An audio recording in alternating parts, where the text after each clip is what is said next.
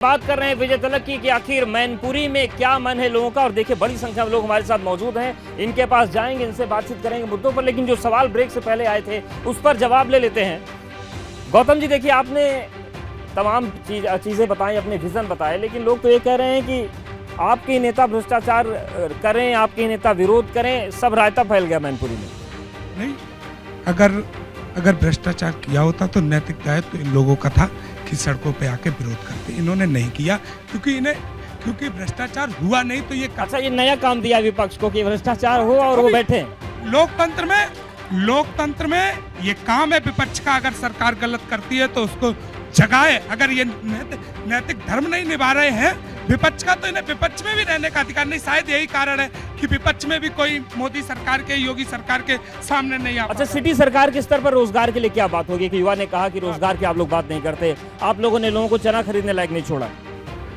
जब से योगी जी और मोदी जी की सरकार आई है, हम लगातार शहर में युवाओं को व्यापार देने के लिए लगातार उन्हें सरकार के द्वारा लाभ प्राप्त हो रहे हैं। लोन की सुविधाएं, पहली बार ऐसा कोई हुआ है कि ऐसा प्रधानमंत्री हमारी सरकार ने ही दिया या केसीसी देने वाले अटल जी थे। शुभम जी, ये सवाल मेरे मन में भी है कि आप और आपके नेता लोग ये बार बार मजाक उड़ाते हैं कि अनाज बट रहा है। वो स्थिति देखी थी आपने किस तरीके से सारे उद्योग बंद हो गए, सारे दफ्तर बंद हो गए, लोगों की नौकरी चली गई। अगर वो राशन देने की योजना सरकार चला रही तो उन्हें दिक्कत क्या है? लोगों की मदद हो रही है ना उससे। अनाज महंगा है। मैं बताता हूँ आपको। देखिए, आप ये समझिए कि जब 300 रुपए का सिलेंडर हुआ करता तो इनको गैस महंगी लगती थी। जब 70 रुपए पेट्रोल होती थी तो इन्हें पेट्रोल महंगी लगती थी। जब 60 रुपए डीजल होता था तो इन्हें डीजल महंगा लगता था। अब ये घुमा फिरा के कहाँ आ जाते हैं कि मोदी जी, योगी जी। बात हो रही है हम चेयरमैनी का इलेक्शन लड़ने जा रहे हैं। यहाँ बात हो रही है कि 5 साल में आपके चेयरमैन ने क्या किया। 30 में से 29 सभासद उसी चेयरमैन के खिलाफ धरने पे बैठे थे और भारतीय जनता पार्टी के थे। उनका नेता सभासद दल भी धरने पे बैठा था। किसके खिलाफ बैठा था? अपने ही चेयरमैन के खिलाफ। तो भ्रष्टाचार की जो सीमाएं थी वो चेयरमैन ने पार कर दी। अब ये किसके, वो पूछ रहे हैं आप लोग क्यों नहीं बैठे? आप ये समझिए, देखिए उस दल का नेता सभासद बैठेंगे ना। जनता तो बेचारी आपको वोट देके पहुंचा दिया। उनके खिलाफ जो पार्षद है, सभासद आज जो चुनाव लड़ रहे हैं वो वहां आवाज उठाएंगे। मैं जिला पंचायत का सदस्य हूँ। जिला पंचायत में भ्रष्टाचार हो रहा है तो उसकी हम आवाज वहां बुलंद कर रहे हैं। हम विधायक चुन के भेजते हैं, वो विधानसभा में आवाज बुलंद करते हैं। हम सांसद चुन के भेजते हैं, संसद में। अब जैसे ये कह रहे हैं कि मोदी जी, योगी जी इस मैनपुरी जनपद के लिए जो किया है वो आदरणीय नेताजी ने किया, और उसका जवाब हर जाति और धर्म के लोगों ने इस उपचुनाव में दे दिया। जबकि एक आम धारणा है कि उपचुनाव हमेशा सरकार का होता है।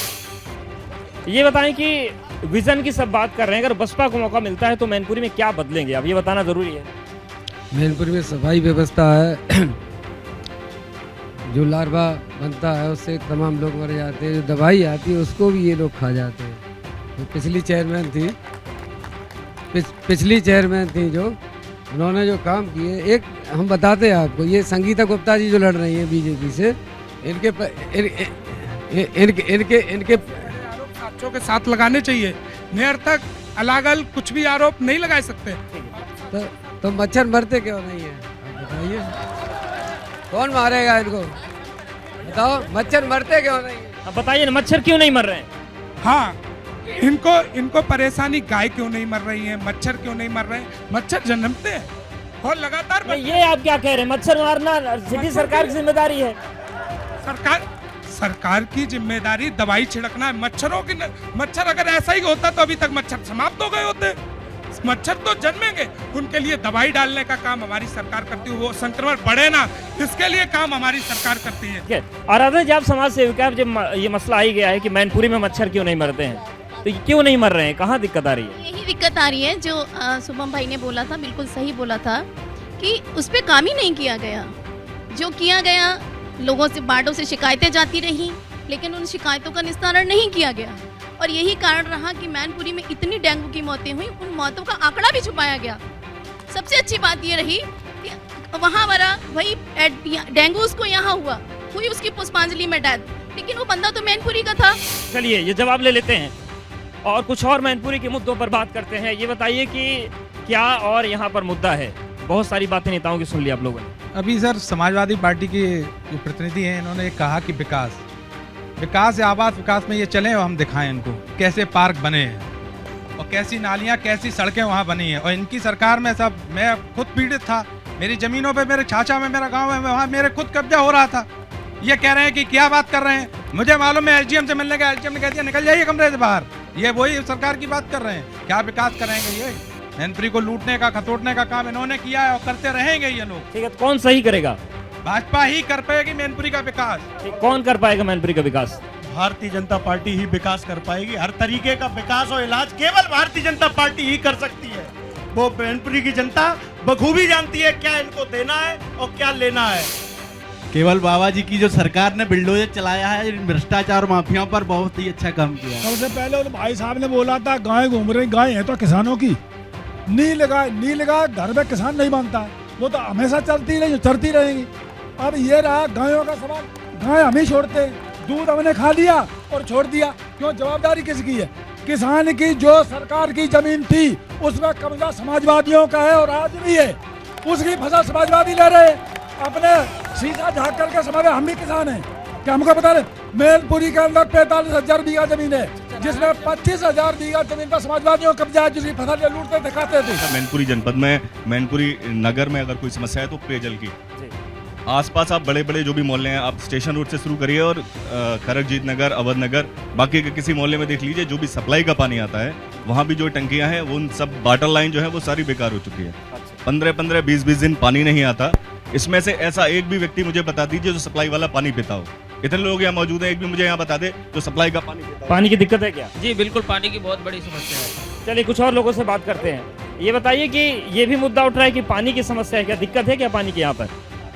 देखिए, जनपद मैनपुरी चेयरमैन की बात हो रही है, हाँ, यही मुद्दे हैं। और क्या मुद्दा है? कोई मुद्दा रहा हो, विकास जो किया है केवल समाजवादी पार्टी ने किया है। और दूसरी बात यह है, ये जो भाजपा की जो बात यहाँ हो रही है, ये भाजपा की विदाई यहाँ से शुरू हो गई है और गत चुनाव से डिम्पल जी का हुआ था उसमें शुरू हुआ। सपा लूटती है और बीजेपी बेचती है, सब एक तरह हैं। तो कौन फिर मैनपुरी को सजाएगा? मैनपुरी में आने वाले समय में रेखा पांडे जी यहाँ की चेयरमैन होंगी और ये बहुजन समाज पार्टी से, ये हमारे जाति समीकरण ही बताते हैं। और बहुजन समाज पार्टी की जब सरकार बनी तो बहन जी ने जो योजनाएं चलाई वो समता मूलक समाज सभी के लिए चलाई। मैनपुरी में जो अभी वर्तमान में चेयरमैन था, इतना भ्रष्टाचारी था, सफाई कर्मचारियों से 1-1 लाख रुपए रिश्वत लेता था और कोई भी काम कराने जाओ 500 रुपए रिश्वत दो तो साइन। कर्मचारियों से रिश्वत क्यों? नौकरी लगाने की ठेकेदारी पे 7-8 हजार वेतन है। एक तो पानी की व्यवस्था, जो जहाँ भी कमी रह गई है हम वो दुरुस्त करेंगे। ऐसा नहीं होता, सरकारें काम करती हैं और सरकारों से कुछ ना कुछ छूट जाता, इसीलिए जनता ठीक है, आप वो करेंगे। ठीक है, आपको मौका मिला तो क्या करेंगे? हमारी प्रत्याशी ईमानदार, योग, कर्मठ, सबसे ज्यादा पढ़ी लिखी महिला है।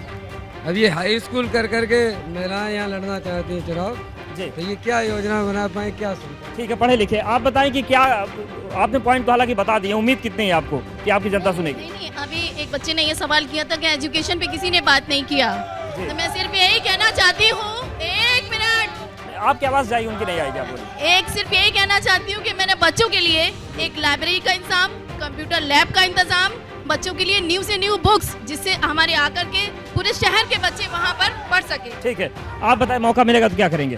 देखिए, वो तो हमने इससे पहले भी बातों में बताया, लेकिन जैसे ये अभी जो यहाँ से मैं सुन पा रहा हूँ, समझ पा रहा हूँ लोगों को जो बातें हैं कि दो तरफा कार्रवाई, एक तरफा कार्रवाई। आप ये बताइए, किसानों को कुचलने वाले के ऊपर कितने बुलडोजर चल गए? बिल्कुल।